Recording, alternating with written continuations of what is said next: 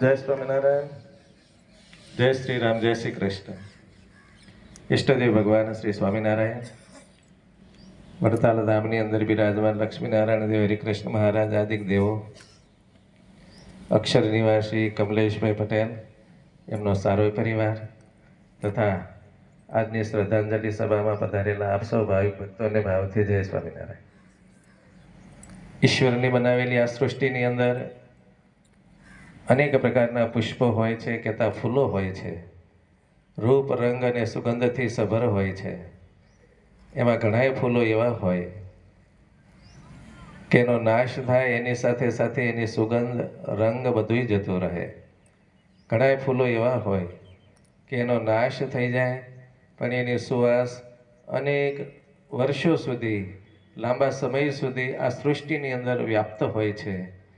એ આ પરમાત્મા નારાયણની બનાવેલી સૃષ્ટિના ક્રમ પ્રમાણે આ જગતના મનુષ્યરૂપી બગીચાની અંદર પણ ઘણા પુષ્પો એવા હોય કે એમના ગયા પછી પણ એની સુવાસ સમાજની અંદર લાંબો સમય સુધી પ્રસરેલી રહેતી હોય છે. એમાં એલા કમલેશભાઈ પટેલ એટલે સંધાણાનું તો ખરું, પણ આફ્રિકામાં રહી કિશી જેવા ગામમાં ભગવાનનું સરસ મજાનું નૂતન મંદિર નિર્માણ કરાયું, જેની અંદર સ્વામિનારાયણ ભગવાન સહિત રામચંદ્ર ભગવાન, રાધાકૃષ્ણ દેવ, માતાજી આદિકના સ્વરૂપો પધરાવી વર્ષો સુધી મંદિરનું નિર્માણ તો કર્યું પણ સાથે સાથે સેવાઓ પણ કરી. સારાય કિસી સત્સંગ સમાજને ખૂબ મંદિરથી અને સમાજની રીતે ભેગો જોડી રાખ્યો અને પોતાનું કામ પડતું મૂકી ભગવાનના મંદિરને માટે પૂરતો સમય આપી અને સુંદર મજાનું નિર્માણ મંદિરનું કરાયું. અને આવી વ્યક્તિ જ્યારે પંચભૌતિક શરીરનો ત્યાગ કરી ભગવાનના ધામની અંદર અથવા તો ભગવાનના સાનિધ્યમાં જાય, એનાથી પરિવારને તો ઘણી મોટી ખોટ પડી જ છે, પણ વિશેષ કરીને અહીંના સમાજને અને કિસી સત્સંગ સમાજને પણ ઘણી મોટી ખોટ પડી છે.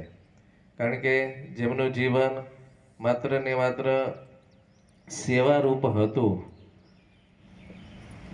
સમાજની સેવા કરવી, ભગવાનના મંદિરની સેવા કરવી, આર્થિક રીતે ભગવાનને ઘણા સુખિયા રાખ્યા હતા, પણ છતાંય એ આર્થિકતાનો વ્યાપ પોતાના જીવનમાં ક્યારેય બાહ્ય રીતે દેખાવા દીધો નહીં.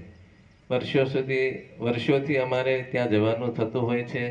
અહીં એમના પપ્પા કે મમ્મી હોય ત્યારે એમને કહેવાથી કંઈ કામ માટે અહીં આવવાનું થતું હોય, એટલે ઘણો સારો પરિચય.